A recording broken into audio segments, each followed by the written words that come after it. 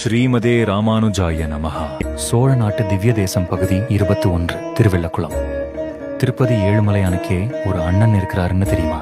திருப்பதி வெங்கடாசலபதிக்கு முன்பே அவதரித்தவர் என்பதால் இவருக்கு அண்ணன் பெருமாள் என்று பெயர். திருமங்கை ஆழ்வார் இவரை பாடும்போது கண்ணார் கடல் போல் திருமேனி கரியாய் நன்னார் புறமேறி செய்தாய் அண்ணாவே என்று உரிமையோடு அண்ணா என அழைத்து உருகிய தலம் இது. திருப்பதி வேண்டுதல் இங்கேயே நிறைவேறும்.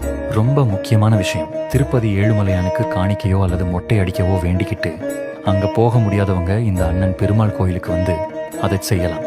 அண்ணன் கிட்ட சொன்னா தம்பி ஏத்துப்பாரான். அதனால இது தென் திருப்பதி இன்னும் அழைக்கப்படுது.